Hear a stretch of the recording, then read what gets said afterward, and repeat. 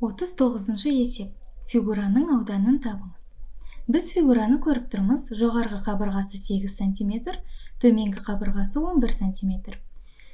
Бұл фигураның ауданын табу үшін біз өзімізге ыңғайлы етіп жасап алайық. Ол үшін мына үздік сызықпен көрсетілген бөлігін оң жаққа қарай орнын ауыстырып, осылай етіп қояйық.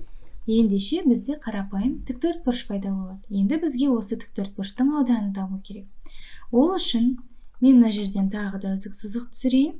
Онда мынау аралық 8 см-ге тең. Ал қалған екі жағы 11-ден 8-ді азайтамыз 3 см. 3 см-ді 1/2 бөлікке бөлсек 1,5 1,5 см-ден болады.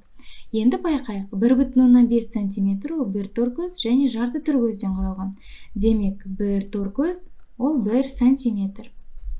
Енді бізге ауданын табу үшін ұзындығы және ені керек. Ұзындығын анықтап алайық.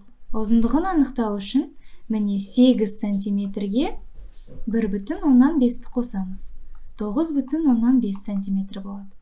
Ал енін табу үшін бізге торкөздер көмектеседі. Санайық. 1, 2, 3, 4, 5, 6. Демек, ені 6 см. Ал біз ауданды қалай табу керек екендігін білеміз. Ұзындығын еніне көбейтеміз. Сонда 57 см квадрат шығады. Демек, фигураның ауданы 57 см квадрат. Нұсқалардың ішіндегі дұрысы А нұсқасы.